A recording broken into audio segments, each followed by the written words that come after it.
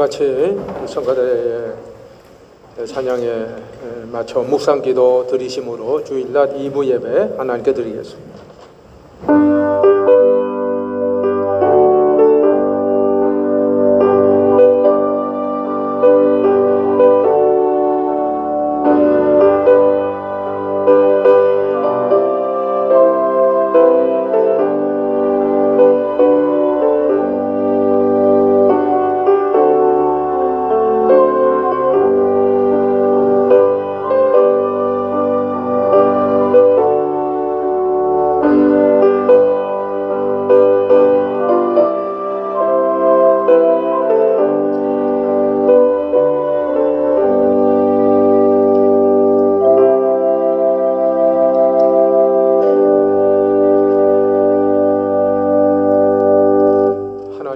찬송하리로다. 그가 내 기도를 물리치지 아니하시고 그의 인자하심을 내게서 거두지도 아니하셨도다. 거룩하신 하나님, 코로나 바이러스로 인해 불안한 가운데 있지만 성도들 하나님의 전으로 인도하시고 예배하게 하심을 감사드립니다. 성도들 지난 삶을 돌아볼 때 허물과 부족과 죄뿐인데 인자함을 거두지 아니하심을 감사드립니다. 하나님을 찬송합니다. 예배 가운데 성령님 임재하여 주시고 하나님의 베푸신 은혜에 감사로 응답하는 한 시간 예배가 되게 하여 주옵소서. 예수 그리스도의 이름으로 기원하옵나이다. 아멘.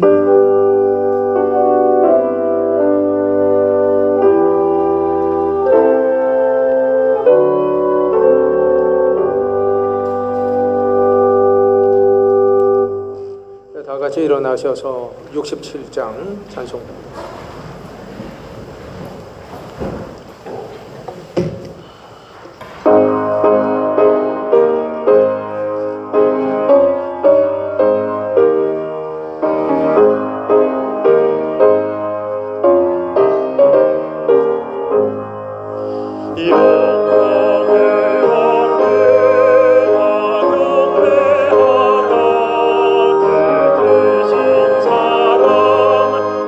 저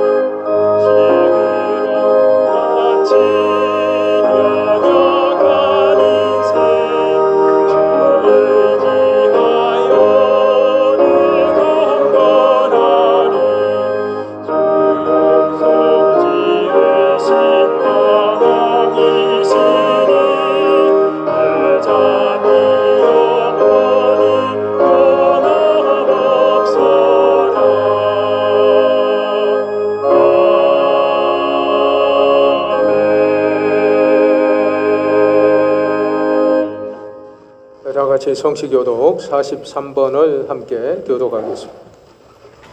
여호와께서 다스리시니 만민이 떨 것이요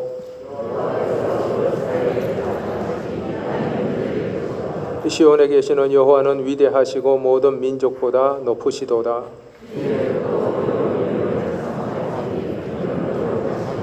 능력 있는 왕은 정의를 사랑하느니라. 주께서 공의를 견고하게 세우시고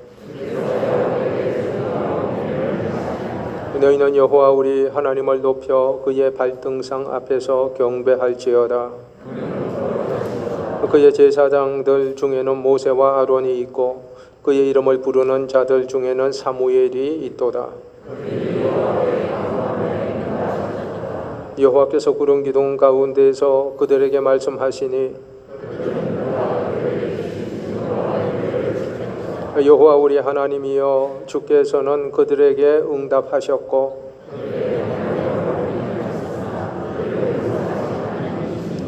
너희는 여호와 우리 하나님을 높이고 그 성산에서 예배할지어다. 하나님은 거룩하심이로다. 아멘. 나는 전능하신 아버지 하나님 천지의 창조주를 믿습니다. 나는 그의 유일하신 아들 우리 주 예수 그리스도를 믿습니다. 그는 성령으로 잉태되어 동정녀 마리아에게서 나시고 본디오 빌라도에게 고난을 받아 십자가에 못 박혀 죽으시고 장사된 지 사흘 만에 죽은 자 가운데서 다시 살아나셨으며 하늘에 오르시어 전능하신 아버지 하나님 우편에 앉아 계시다가 거기로부터 살아있는 자와 죽은 자를 심판하러 오십니다. 나는 성령을 믿으며 거룩한 공교회와 성도의 교제와 죄를 용서받는 것과 몸의 부활과 영생을 믿습니다. 아멘. 다 같이 찬송 288장 부르겠습니다.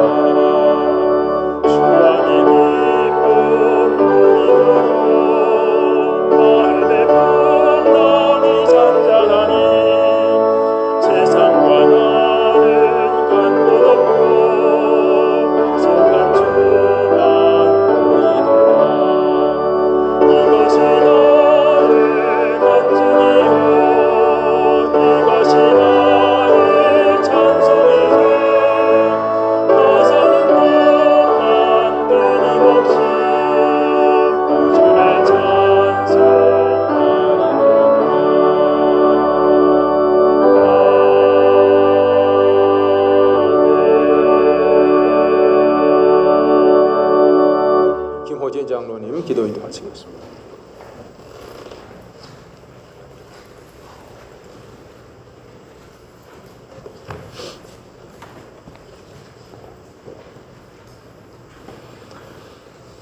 천지 만물을 주관하시는 하나님 아버지, 우리를 창조하시고 우리의 삶 속에서 매 순간 함께 하시는 하나님께 감사와 찬양을 드립니다. 연일 계속되는 무더위와 습한 날씨 가운데서도 저희를 안보하여 주시고 복된 주일을 맞이하여 성전으로 인도하여 주시니 감사드립니다. 인간의 교만과 탐욕으로 인하여 발생한 코로나 바이러스로 인하여 온전한 모습으로 예배드리지 못하지만 우리의 예배를 기쁘게 받아 주시옵소서. 이 나라와 이 민족을 사랑하시는 하나님 아버지, 전 세계를 공포로 휩쓸고 있는 바이러스로 인한 사회적 거리두기로 정부의 교회를 향한 역차별과 기독교에 대한 탄압이 자행되고 있는 가운데 역사 이래로 한국 교회가 참으로 힘든 시기를 보내고 있습니다. 한국 교회를 지켜주시옵소서. 주님 앞에 마스크를 쓰고 예배드려야 하는 이 모습에 참 안타까우나 오직 주님만이 우리의 소망이시며 치료자 되심을 믿습니다. 이 땅을 긍휼히 여겨주시어 속히 치료의 백신이 완성되고 이 사태가 하루속히 종식되어 마음껏 하나님을 찬양하며 기쁨으로 성도의 교제를 나눌 수 있도록 도와주시옵소서. 힘들고 어려운 이때에 더욱 주님을 의지하고 믿음 위에 굳게 설 수 있도록 은혜 나려 주시옵소서.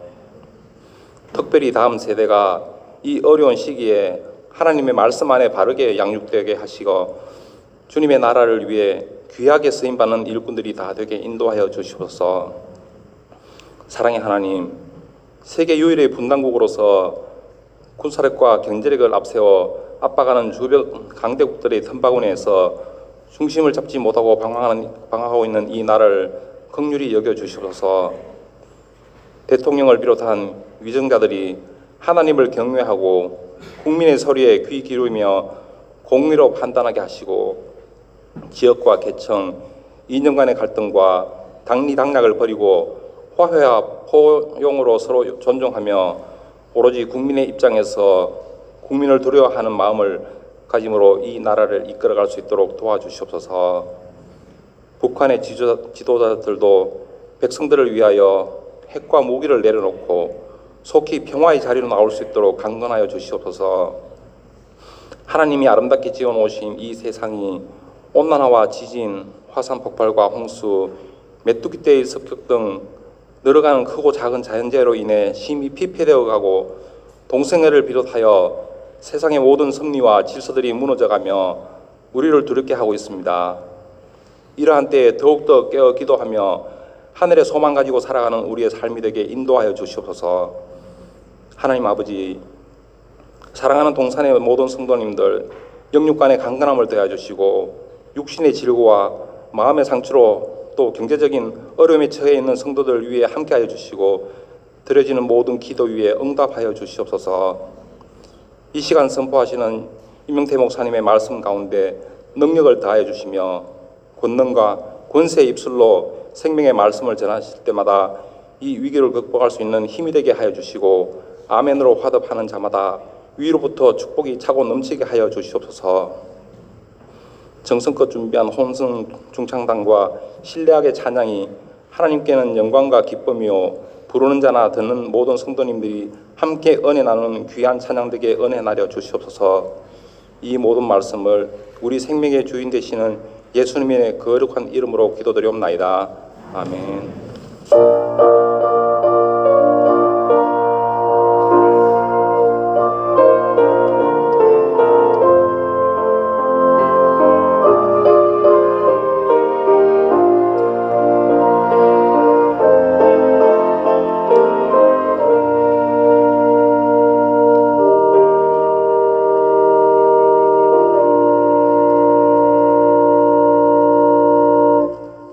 하나님의 말씀 로마서 13장 1절에서 7절까지 말씀을 받들어서 읽겠습니다. 신약 성경 258쪽입니다.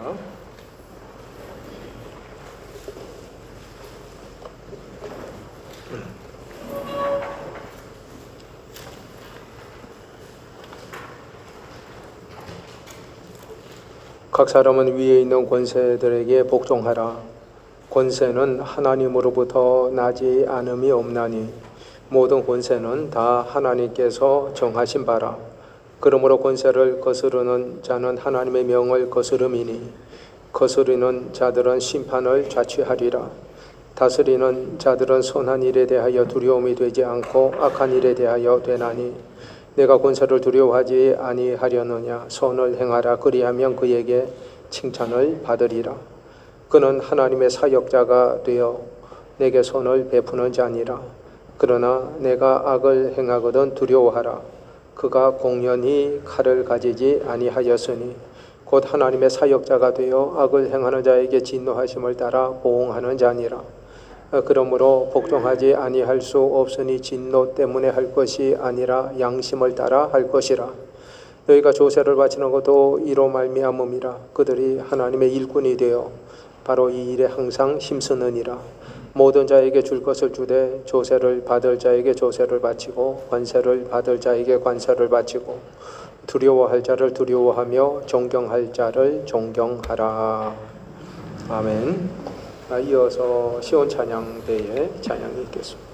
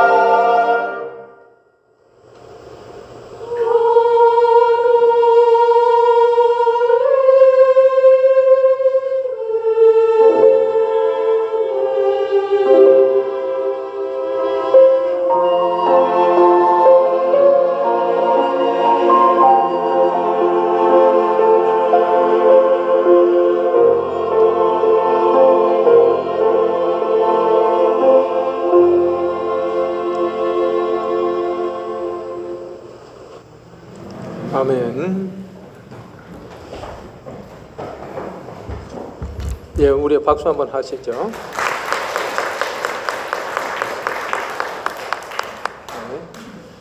네. 시원 찬양대 귀한 찬양 감사드립니다.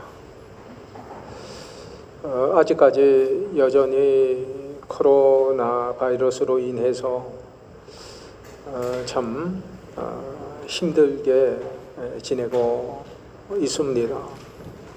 한여름에도 마스크를 다 해야 되고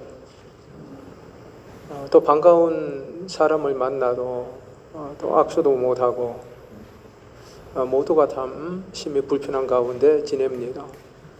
그 숨이 잘 통하는 요즘 마스크, 가벼운 마스크를 쓰지 않습니까? 저도 그걸 씁니다만 근데 밖에 외출하고 나오니까 이게 흥건히 땀이 젖더라고요. 여기에 그 숨이 통하는 마스크인데도 그러니 참 얼마나 참 모두가 불편한지 모르겠습니다. 우리나라도 지금 코로나 바이러스 확진되는 상황이 마음을 놓을 수 없는 상태고요. 곳곳에서 계속 확진자가 지금 생기고 있지 않습니까? 그런데 우리나라는 그래도 비교적 좀 이렇게 관리할 수 있는 수준인데 전 세계적으로 보니까 이전보다 정말 훨씬 더 지금 크게 빠르게 확산되어져 가고 있는 상황이더라고요. 며칠 전에는 그 WHO 사무총장 되는 분이 이 코로나19가 사라지지 않을 것 같다고 그런 얘기를 하는 것을 또 들었습니다. 참 암담한 생각이 들었습니다. 지금은 그 누구도 이 코로나 바이러스가 언제쯤 끝나게 될지 아무도 예측할 수가 없고 또 치료제와 백신이 언제쯤 나오게 될지 아무도 모릅니다. 정말 우리는 지금까지 한 번도 경험해보지 못한 그런 세상을 살고 있다라고 하는 생각이 듭니다. 또 중국에는 지금 돼지열병이 발생했고 흑사병이 발생해서 사망자가 생겼다라고 하는 소식이 들려오고 그리고 중앙아시아에 있는 카자흐스탄에서는 현 코로나 바이러스보다 치사율이 몇 배나 더 높은 새로운 그 폐렴이 거기 지역에 퍼져서 벌써 수천 명이 사망했다라고 하는 그 소식도 들려집니다. 그리고 여러 가지 그 자연재해의 소식도 들려옵니다. 중국에 엄청난 폭우와 홍수로 인해서 지금 수천만 명의 이재민이 생겼다고 그러지 않습니까? 그리고 또 며칠 전 삼선 서울시장을 지내고 있던 박원순 씨가 불미스러운 일 때문에 자살로 생을 마감한 험황한 소식도 들으면서 참 요즘 여러 가지로 가슴이 답답하고 아프고 참 복잡한 심정입니다. 여러분들도 다 같은 마음일 것입니다. 그리고 여러분들이 아시는 것처럼 지난 주간에는 정세균 총리가 교회에서 드리는 공예배를 제외하고 다른 모든 모임과 식사는 금지하라고 하는 행정명령을 내렸습니다. 지금까지도 교회는 코로나 방역 수칙을 잘 지켜오지 않았습니까? 예배 때 여러분 보는 것처럼 마스크 다 쓰고 한 사람도 안 쓰는 사람이었고 또 거리를 띄워서 앉고 지난 주일부터 성가대가 섰지만 성가대가 절반 인원수를 줄이고 거리도 띄고 성가 그 찬양을 하면서도 마스크를 쓰고 그렇게 하지 않습니까? 그리고 차량 운행도 하지 않고 있고 새벽 예배 때는 이전에는 통성기도 했습니다만 통성기도도 안 하고 그러니까 아주 지금 교회적으로도 조심하고 있는 거죠. 물론 몇몇 교회에서 확진자가 나오기는 했지만 그 경우도 교회 안에서 예배드리다가 확진된 경우는 거의 없는 것으로 알고 있어요. 대부분 외부의 모임에 참석한 상태에서 거기서 확진된 상태에서 교회 예배드리다가 이제 주위에 있는 사람이 좀 같이 확진되는 이제 그런 경우가 대부분입니다. 정부 발표는 확진자의 절반 이상이 교회에서 나온 것으로 확인돼서 교회에 이제 명령을 내린다 이렇게 발표를 하더라고요. 그런데 실제로 교회에서 생긴 확진자는 3.2%라고 그럽니다. 그런데 절반 이상이 교회에서 나왔다고. 통계가 어떻게 그렇게 됐는지 모르겠어요. 그래서 교회가 마치 코로나 이 발생 온상인 것처럼 참 몰아세운다. 그렇게 생각하지 않을 수 없습니다. 정부에서는 교회만 콕 집어서 핵심 방역 수칙을 지키도록 명령을 한 것인데요. 만일에 어기게 되면 벌금 300만 원을 부과하겠다라고 하는 겁니다. 참 말도 안 되는 명령을 내린 거죠. 지금 우리 교회도 예배만 드리고 있지 다른 모임은 일체 갖고 있지 않지 않습니까? 정부의 정책에 정말 잘 협력하고 있고 조심하고 있는 거죠. 우리 교회뿐만 아니라 대다수의 교회가 그럴 것입니다. 여러분 바깥에 식당에 한번 나가 보십시오. 식당 사람 많습니다. 그 좁은 공간에 거리 뛰기 물론 없고 테이블과 테이블 사이에 얼마나 좁습니까? 아무 제재 없이 식사합니다. 대화합니다. 또 카페 앞에 보면은 차들이 얼마나 많이 서 있는지 몰라요. 그거 보면 안 들어가봐도 얼마나 사람이 그 안에 많다라고 하는 것을 알게 되지 않습니까? 그런데 정부는 금지 명령 안 내립니다. 그런데도 확진자가 분명히 나오고 있음에도 불구하고 안 내려요.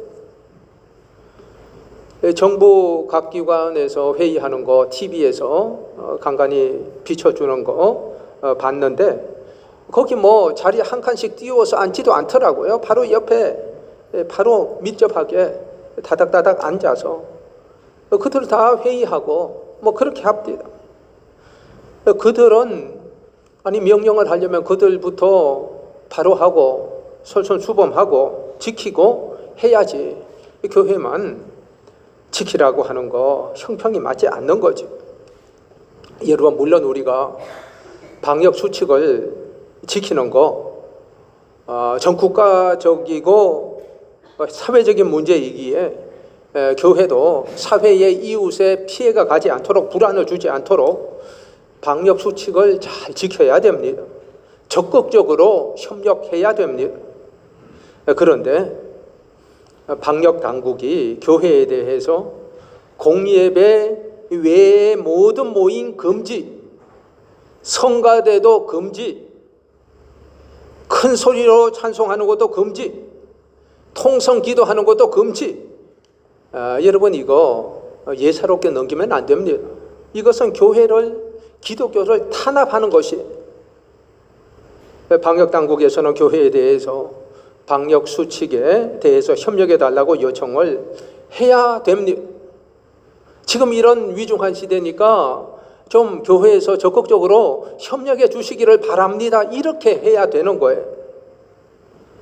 그렇게 하지 않고 금지 명령을 내리고 어기면 벌금 300만 원을 부과하겠다. 누구든지 다 개인마다 그렇게 부과하겠다라고 얘기합니다. 여러분 그런 명령을 내리는 것은 교회를 정부의 통제 아래에 두고 정부가 마음대로 원하는 대로 좌지우지할 수 있다 이렇게 생각하기 때문입니다. 여러분 자유민주주의 국가에서 국가가 교회에서 행하는 모든 신앙 행위를 강제적으로 금지할 수 있다라고 하는 그 발상 자체가 초헌법적이고 위헌적인 생각입니다. 이것은 현 정부가 기독교를 얼마나 눈의 가시처럼 생각하고 기독교에 대해서 편향적인 시각을 가지고 있는가를 그것을 보여주는 것이 기독교가 정부에 대해서 현 정부에 대해서 결코 호의적이지 않고 정부를 비판하는 그런 역할을 할 때가 있으니까 할 수만 있으면 기회가 되기만 하면 기독교를 억누르고 탄압하는 것입니다. 저는 총리의 발표를 보면서 이거 사회주의 실험을 하는 게 아닌가 이런 생각이 들었습니다. 여러분, 우리나라는 자유민주주의 국가입니다. 자유대한민국입니다. 사회주의가 아니고 공산주의가 아니잖아요. 그 어떤 정부라도 그러므로 헌법에 명시되어 있는 우리나라의 정체성을 훼손하면 안 됩니다. 그러면은 우리 모두가 저항을 해야 되는 거죠. 그런데 우리 자녀들의 교육에도 참 지금 우려스러운 일들이 일어나고 있습니다. 우리 자녀들이 공부하는 그 교과서에 보니까 2020년부터 자유민주주의에서 자유를 뺐더라고요. 민주주의로만 그렇게 이제 기록을 해놨더라고요. 여러분, 뭐 민주주의나 자유민주주의나 뭐 그게 그거 아니냐 이렇게 쉽게 생각하면 안 됩니다. 여러분, 민주주의로 바꾸면 사회주의, 공산주의로 가는 기반이 그것을 통해서 만들어지는 거예요. 북한이 뭡니까? 인민민주주의 공화국 아닙니까? 이름이. 그 방향으로 나가는 토대가 될 수 있는 것이에요. 그래서 안 됩니다. 그러면. 그리고 그 역사 교과서에 보면 6.25에 대해서도 북한의 남침이 분명한데도 남침 그거를 뺐다가 워낙 그 거센 반발이 있으니까 그것은 다시 넣었지만 6.25 전쟁이 왜 일어났느냐, 북한의 잘못만이 아니라 남북 상호 간에 함께 책임이 있다 이렇게 서술을 해놓은 것이. 여러분, 몇 년 전에 천안함 그 침몰 있지 않았습니까? 그것은 다 이것은 북한이 그 침몰시킨 거다. 그거 다 결과가 났는데도 북침이라고 적지 않고 천안함 침몰 그렇게 바꿔놓는 것이, 이를 볼 때 이 정부가 사회주의 방향으로 가고 있는 것 아닌가 하는 의구심을 떨쳐버릴 수가 없습니다. 지금 우리는 현 정부 아래서 참 너무 어려운 시대를 살고 있고 위기의 때를 살고 있다라고 하는 생각이 듭니다. 여러분, 본래 민주주의 국가는 입법, 사법, 행정부가 3권이 분립되어서 각부가 서로 견제하면서 균형 있게 국가를 세워나가게끔 그렇게 되어 있습니다. 그런데 지금 사법부도 다 좌편향되어 있고 또 입법부 국회도 완전히 좌편향되어 있는 상태로 되지 않았습니까? 완전히 국회도 이제 민주당으로 다수당이 다 장악해 있고, 그래서 3권이 다 완전히 일방적으로 좌편향이 되어서 참 앞으로 이 나라가 어떻게 될 것인가 심히 염려가 됩니다. 여러분, 좌편향이든 우편향이든 이게 한쪽으로 치우치게 되면 반드시 문제가 생기게 됩니다. 저는 이번에 예산을 새로 3차 추가 경정 예산을 통과하는 과정을 보고 정말 굉장히 위기감을 느꼈습니다. 정부에서 35조나 되는 그 예산안을 국회에 넘겼을 때 본래는 국회가 꼼꼼하게 그것을 살펴봐야 됩니다. 국민의 혈세 아닙니까? 그 거대한 돈을 심사하는데 2시간도 안 돼 갖고 통과한 거예요. 또 정부가 요구하는 것보다 더 정액해. 그런 경우는 없지요. 지금 역사 중에 우리나라 그런 경우는 없었을 것입니다. 그러니까 지금은 견제 기능이 완전히 다 무너져 버리고 만 것이에요. 여러분, 그러니까 그들이 그 행정부가 하고자 하는 대로 일사천리로 지금 그렇게 될 수밖에 없는 위기 상황에 우리나라는 지금 처해 있습니다. 여러분 다 아는 것처럼 현 정부는 친중 그리고 친북적인 정부이지 않습니까? 그 입장에 동조하는 이제 국민들은 뭐 북한과 가까이 하는 게 뭐가 나쁘냐? 북한과 평화해야지 우리도 평화스럽고 전쟁의 위험도 없어지게 되고 또 통일도 빨리 이루어지게 될 것 아니냐 이렇게 생각합니다. 여러분 우리나라 국민들 그 누구도 전쟁을 바라는 국민은 아무도 없잖아요. 평화를 바라지 않는 국민은 아무도 없습니다. 그러나 현 정부는 치우쳐도 너무 치우쳤다라고 하는 생각이 듭니다. 현 정부는 북한과 어떻게 쓰든지 간에 좋은 관계를 유지하려고 그야말로 눈물겹도록 애를 쓰고 있습니다만 북한의 태도는 그와 뭐 전혀 부합되지 않잖아요. 저는 그런 생각이 듭니다. 현 정부가 북한에 공을 들이는 것만큼 그 반이라도 국민에게 공을 들인다면 얼마나 국민이 더 편하게 살 수 있겠나 이런 생각이 들더라고요. 여러분 얼마 전에 북한이 우리 문재인 대통령에 대해서 뭐라고 얘기했습니까? 삶은 소대가리. 이거는 참 저속하고 정말 모욕적인 그 얘기를 한 거 아닙니까? 그렇다면 그거를 항의를 해야 되죠. 그런데 그런 모욕적인 소리를 듣고도 뭐 침묵하더라고요. 아무 얘기를 하지 않더라고요. 북한과의 관계를 깨트려서는 안 되겠다 아마 이런 생각을 했겠죠. 그런데 대통령이라면 자기 혼자만 아니지 않습니까? 개인적인 문제가 아니죠. 우리 대한민국 5천만 명을 대표하는 분이기 때문에 그것은 5천만 국민에게 하는 모욕이기 때문에 반드시 그것을 따져야 되는 거죠. 반드시 거기에 대한 상응한 그 대책이 있어야 되죠. 그렇게 하지 않습니다. 현 정부는 북한을 도와주고 제재를 풀어줘야 된다라고 하는 얘기는 강조하면서 세계 최악인 북한 인권 문제에 대해서는 한마디 말도 하지 않습니다. 완전히 그 균형 감각을 완전히 잃어버리고 만 거지. 얼마 전에는 그 탈북단체가 북한 주민들에게 그 북한의 실상을 제대로 알게 하기 위해서 그 전단지와 그리고 성경과 쌀을 북한에 보내려고 했는데 그러다가 체포를 됐어요. 그들이 뭐 나쁜 일을 한 겁니까? 그것이 아니잖아요. 그리고 이런 일까지 정부 차원에서 나서는 것은 정말 김정은의 신기를 어떻게 해서든지 건드리지 않아야 되겠다. 그 이유밖에 더 있겠습니까? 현 정부는 북한에 대한 잣대와 탈북민에 대한 잣대가 완전히 다릅니다.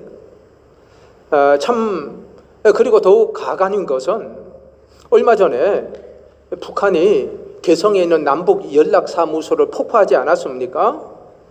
정말 이제 남북의 관계가 정말 극과 극으로 대치되어 있는 그런 상태인데 민주당 의원들이 무슨 얘기를 했냐 하면 종전선언을 빨리 해야 된다 이런 얘기를 하더라고요.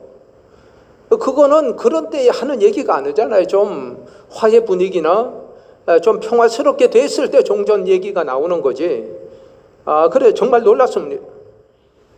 여러분 종전선언 하자 그러면 뭐 종전선언 좋은 거 아니냐, 종전선언하면 더 평화스럽게 되는 것 아니냐, 우리가 이렇게 생각할 수 있습니다만 여러분 종전선언으로 끝나는 게 아니라 종전선언 다음 단계로 평화협정이 맺어지게 됩니다.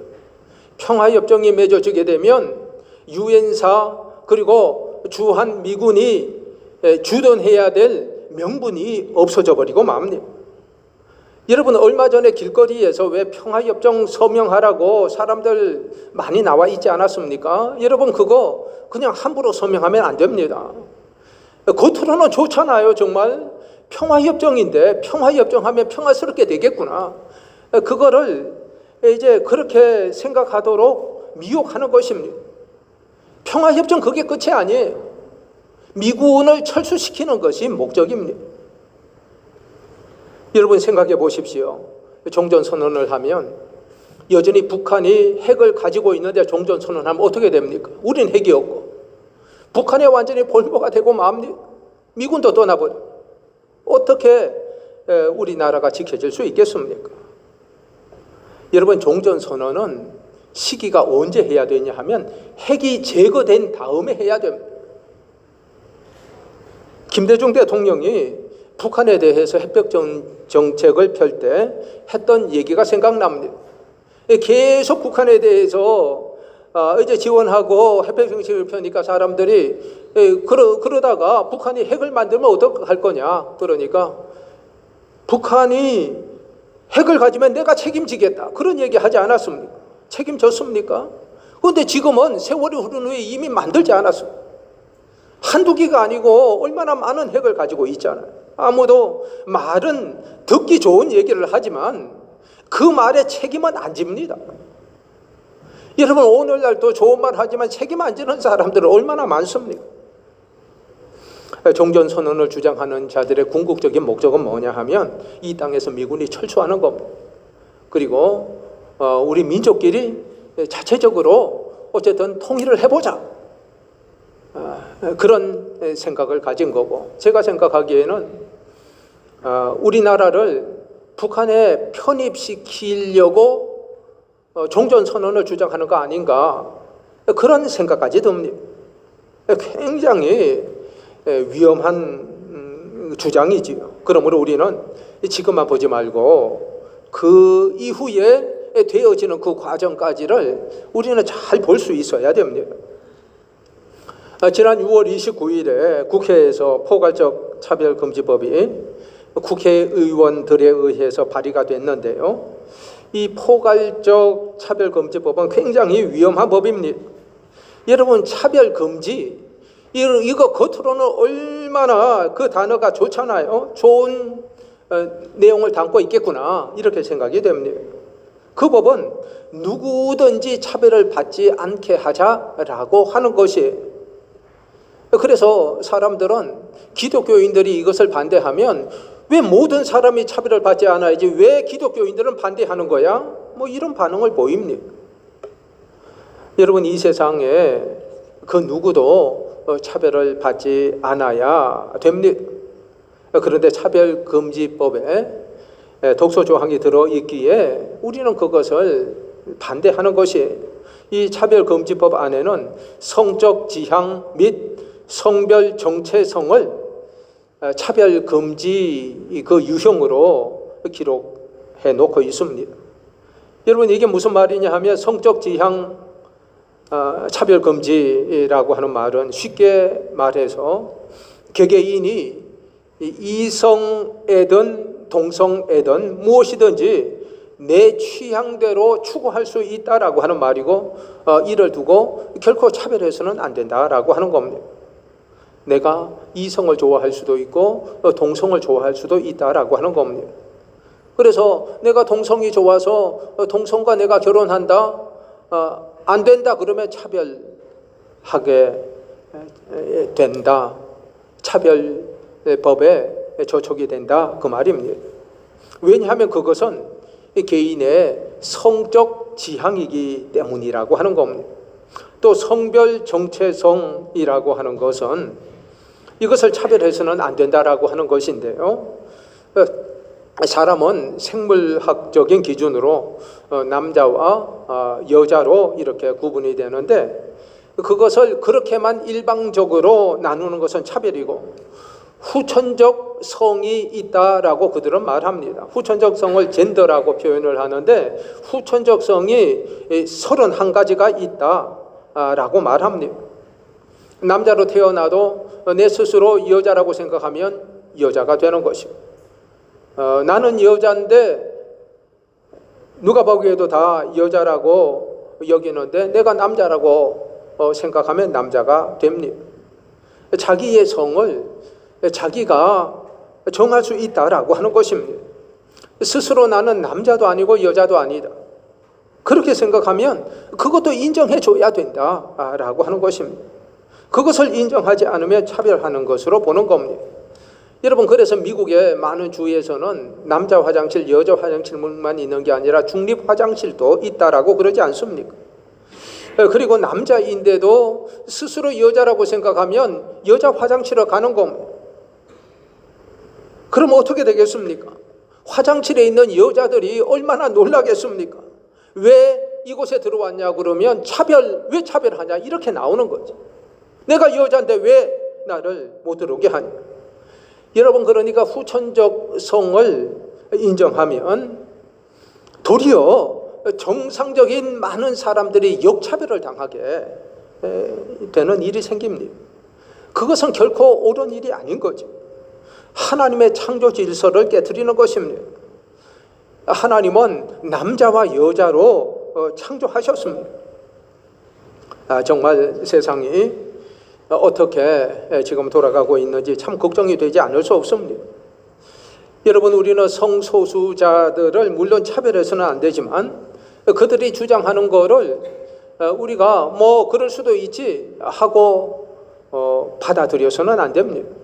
그들은 다만 우리는 다른 사람들과 다를 뿐이다 라고 주장하지만 그렇지 않습니다. 그것은 다름의 문제가 아니라 옳고 그름의 문제인 것입니다. 우리가 동성애자들을 두고 인격 모독을 하거나 혐오 발언을 한다거나 해서는 물론 안 됩니다. 그들이 비록 윤리적으로 도덕적으로 문제가 있다라고 하더라도 우리는 그들을 긍휼히 여기고 그들이 바른 삶으로 돌아오도록 그들을 도와줘야 되고 이끌어야만 되는 것입니다. 여러분, 차별 금지라고 하는 말, 정말 말은 얼마나 좋지 않습니까? 아무리 듣기 좋아도 그것은 옳은 것이 아닙니다. 영상을 하나 좀 보도록 하겠습니다. 이 영상 보여주시기 바랍니다. 성전환 관련 이슈가 끊이지 않고 있습니다. 대한민국은 성전환이나 동성애를 불법으로 단정하거나 처벌하지 않는데도 동성애를 옹호하는 정부와 정당, 시민단체들은 인권이라는 것을 앞세워 동성애 합법화 시도를 이어가고 있습니다. 이 부분이 법으로 제정될 경우 동성애가 보건, 윤리적으로 폐해가 있다는 가정과 학교, 직장에서의 건전한 비판은 차별과 혐오가 됩니다. 심지어 동성애는 죄다라고 말하는 교회의 입을 틀어막고 성경의 가르침을 말하는 목회자를 범죄자로 만듭니다. 국민들의 반대가 여전함에도 소위 진보 성향의 정치인들은 이렇게 동성애 합법화를 은밀하게 노골적으로 시도하고 있습니다. 대표적인 것이 건강한 비판까지 혐오로 몰아 사실상 성적 지향이나 트랜스젠더 관련 이슈에 대해 비판적 표현을 억압하는 법적 기제로 적용하는 차별금지법이죠. 2007년 처음으로 발의된 이후 국민의 반대로 아직 통과되지는 않고 있지만 작년 12월 법무부 장관 인사청문회 때 추미애 장관은 인권기본법과 함께 포괄적 차별금지법이 시급하게 제정되길 바란다고 말해서 정부와 여당의 법제정 의지가 여전함을 드러내기도 했습니다. 얼마 전 심상정 정의당 의원이 목회자들과의 토론회에서 차별금지법을 어기는 설교를 했을 때 처벌받는다고 대답해서 논란이 일기도 했죠. 차별금지법을 어기면 처벌받습니까? 안 받습니까? 처벌을 받겠지요. 받죠? 그러면 차별해서는 안 된다고 그랬잖아요. 네. 소수자는 잘못됐다고 강단에서 얘기할 때, 예? 그리고 또 거기에 이단도 들어가고 종교적인 것도 들어갑니다. 이단을 이단이라고 했을 때에 처벌받는다고 말씀하셨으므로 우리는 처벌받을 수밖에 없어요. 얘기가 심상치 않자 심상정 의원은 종교기관이 처벌 대상에 포함되지 않는다라고 변명을 했지만 2013년 심상정 의원 그리고 이낙연, 김현미 의원 등 더불어민주당의 전신인 민주통합당 의원들이 발의한 차별금지법을 보면 종교기관이 적용 대상에 포함되지 않는다는 규정은 그 어디에도 없습니다. 위기를 체감한 한국교회는 이전보다 적극적인 채비에 나서고 있습니다. 대한예수교장로회 합동, 대한예수교장로회 통합총회 등은 동성애를 지지하는 학생들에 대해 신학교 입학을 금지하기로 했습니다. 한국교회 대다수 교단이 참여하는 퀴어 반대 국민대회도 올해부터 동성애와 차별금지법을 막기 위한 100만 국민대회로 이름을 바꿔 확대 개최됩니다. 인간의 이성들이 하나님의 말씀보다도 더 위에 있을 때 그 나라는 망하고 그의 신앙이 오염되는 것이, 가정에는 가라지를 심어가지고 가정들마다 온갖 가정들이 파괴되고 모랄 해저드가 일어나고 모랄 도덕적 영역이 있어가지고 지금 뭐 낙태다 동성연애다 뭐 소수인권이라는 포장을 내가지고 난리가 나고 21세기 지금은 이 진리 영역의 최고의 가라지가 뭐냐? 절대적인 진리를 인정하지 않는 포스트 모더니즘 시대의 이 상대주의자들. 국회의원들이 밖에 나와서 신앙생활 때는 그렇게 한다 하고 가서는 또 우리 당에서 정해 가지고 이런 사람들이 있어요. 그러면 안 됩니다. 당보다 하나님이 높죠. 하나님의 뜻이 규정한 것이기 때문에 우리는 목숨 걸고 결사반대할 겁니다. 동성간에 결혼하면 완전히 우리 한국 사회는 무너집니다. 차별금지법을 막지 못한다고 하면 한국 교회뿐만 아니라 우리 사회의 큰 위기와 혼란에 빠질 것입니다. 한국 교회는 지금 나라와 민족을 위해 그 어느 때보다도 기도해야 할 때입니다.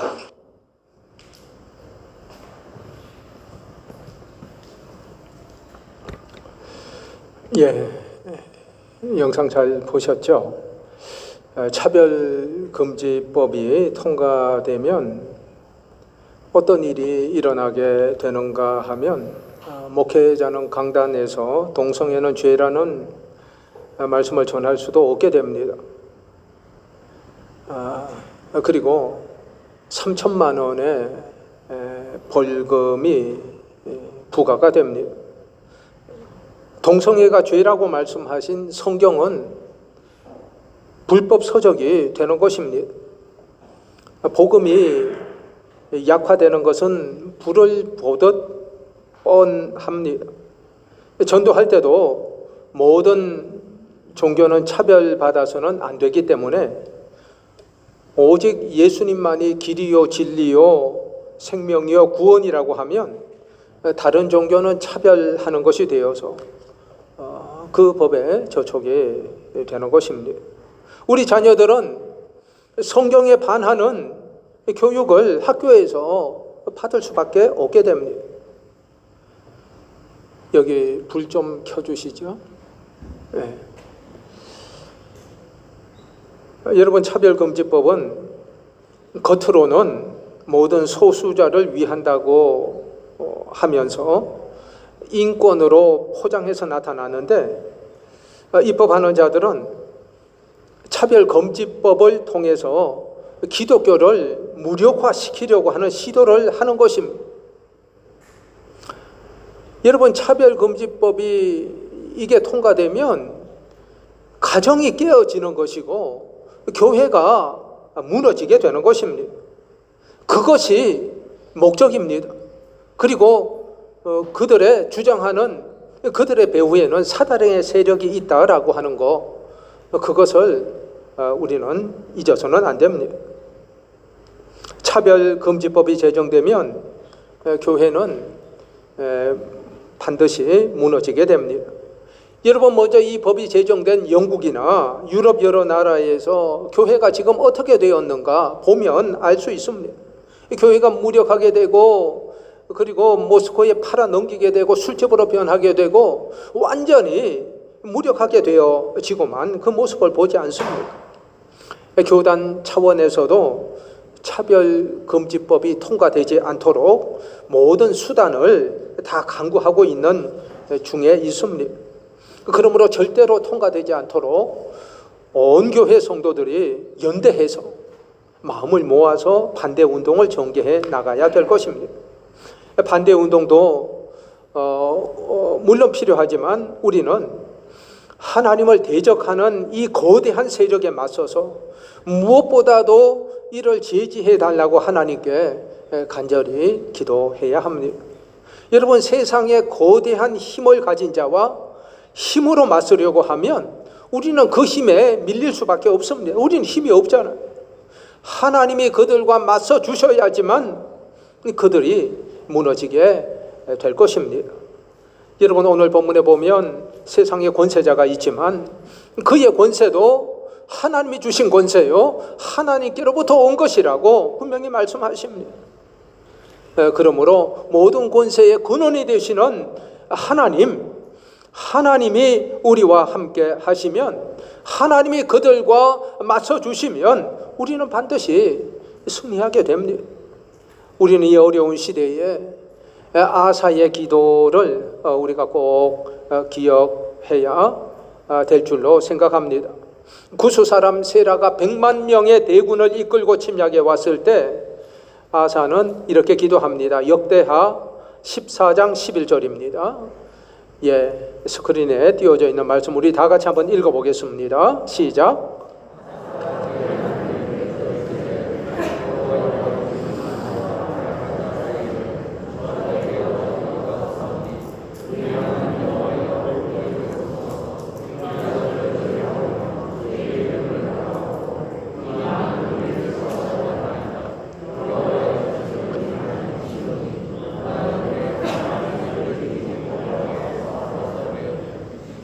아멘. 여러분 지금 이 차별금지법을 통과시키려고 하는 자는 힘이 센 자들입니다. 권세를 가지고 있는 자들입니다. 우리는 힘이 약한 자입니다. 하나님이여 힘이 강한 자와 약한 자 사이에 주밖에 도와줄 리가 없사오니 그러나 주님이 우리와 함께 하시면 이길 수가 있습니다.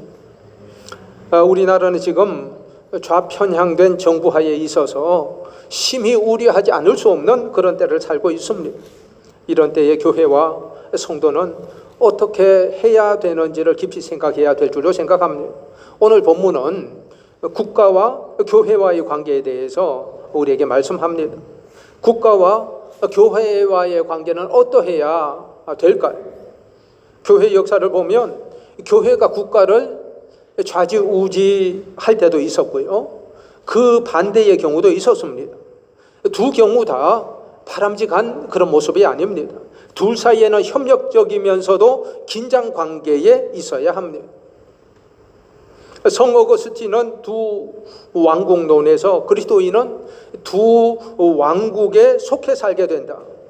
하나님 나라의 시민으로 살아가는 동시에 세상 나라의 시민으로 살아갈 수밖에 없다. 이런 얘기를 했습니다. 이 얘기가 무슨 얘기냐 하면 하나님의 백성들은 하나님 나라 시민의 가치관을 가지고 이 세상에서 살아야 된다라고 하는 겁니다. 여러분 우리도 하나님 나라의 가치관을 가지고 그 가치관을 이 땅에서 이루어 나가는 그런 삶을 살아야 되는 것이에요. 오늘 본문에 보면 바울은 하나님이 세우신 모든 권세에 복종하라라고 말합니다.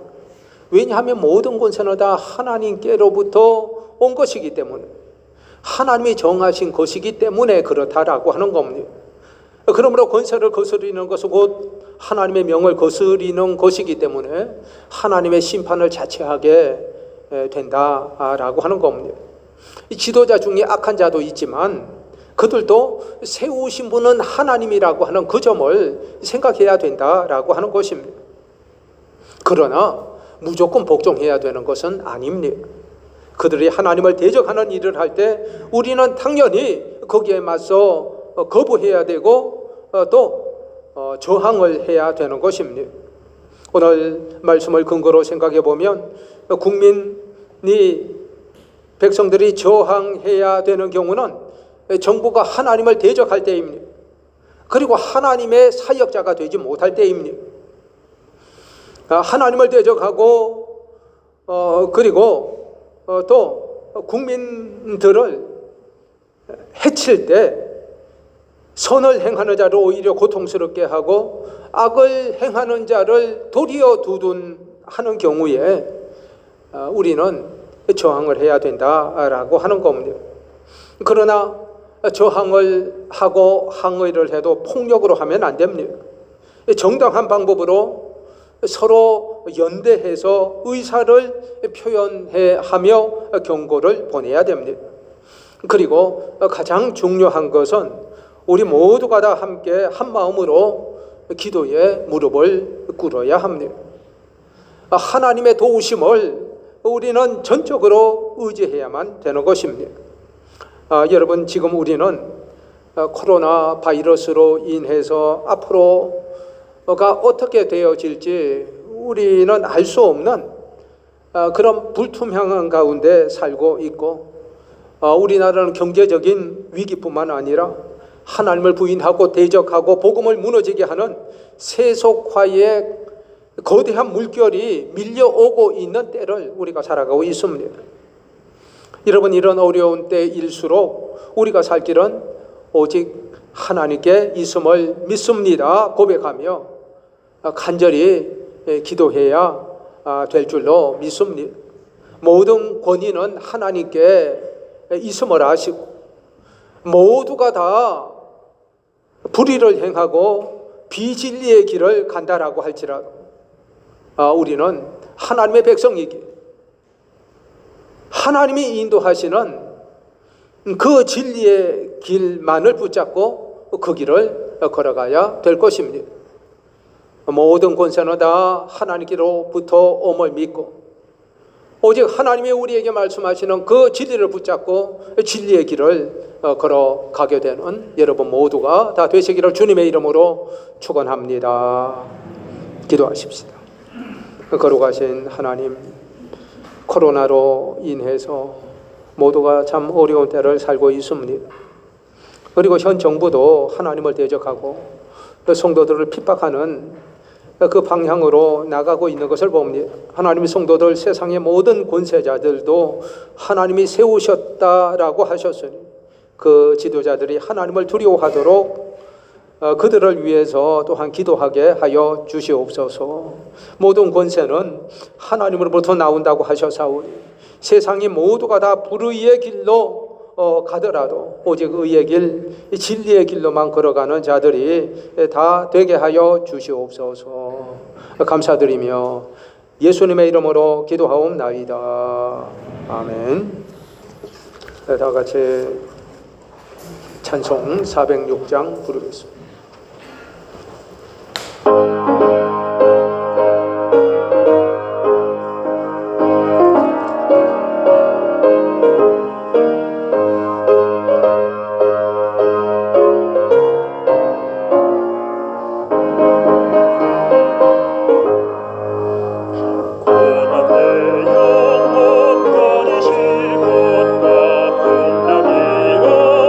안전한 곳, 복음까지 도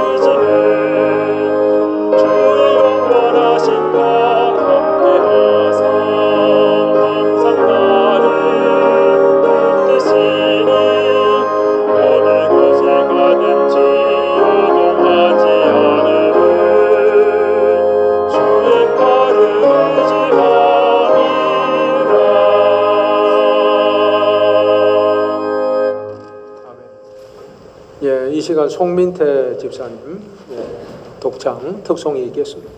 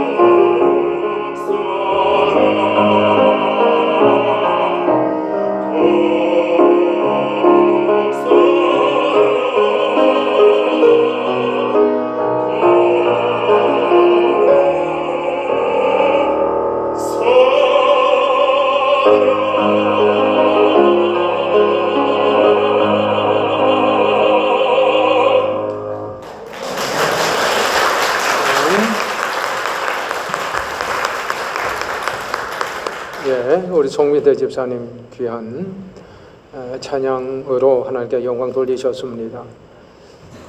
우리 교회 그 가곡 교실도 지금 인도하고 계신데 참 또 오늘 우리의 귀한 찬양으로 은혜를 끼치고 하나님께 영광 돌리게 돼서 감사합니다.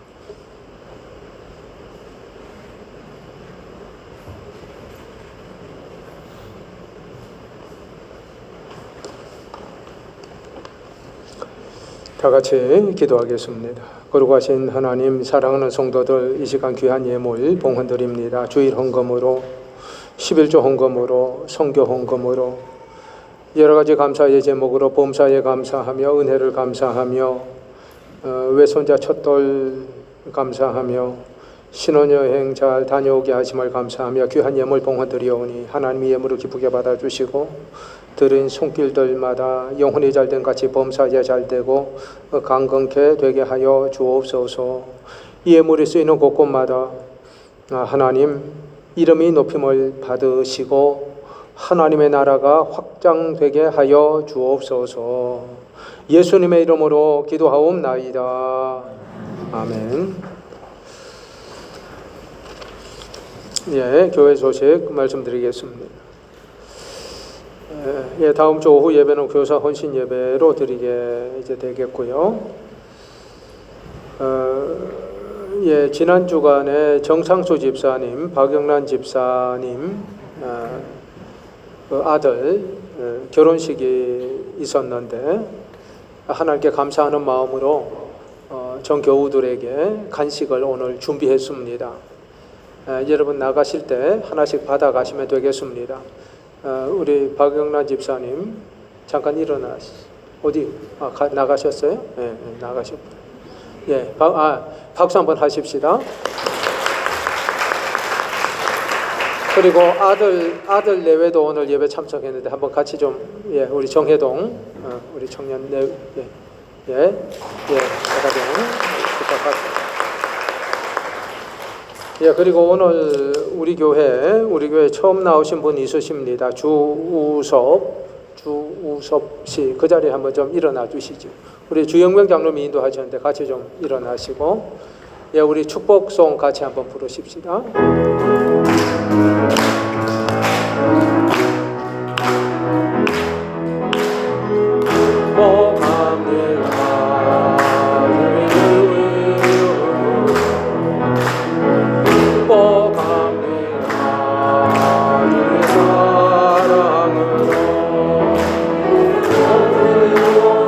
자녀에게 주님의 기쁨과 주님의 사랑이 충만하게 넘치도록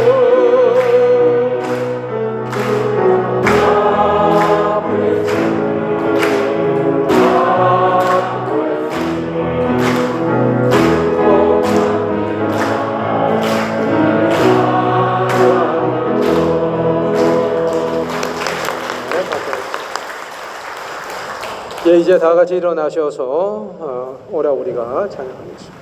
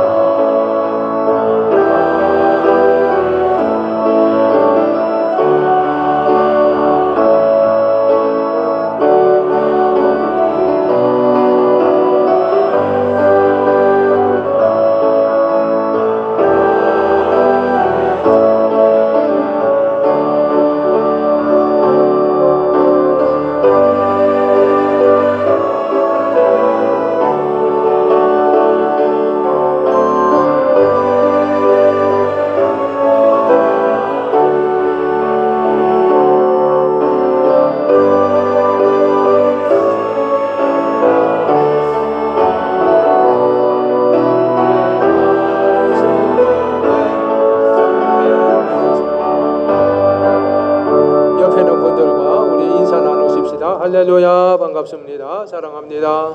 축복합니다. 사랑합니다. 축복합니다. 사랑합니다. 주님의 사랑을 받아 택함을 받은 성도들이여, 진리의 삶을 살기 위해 세상으로 나갈지어다.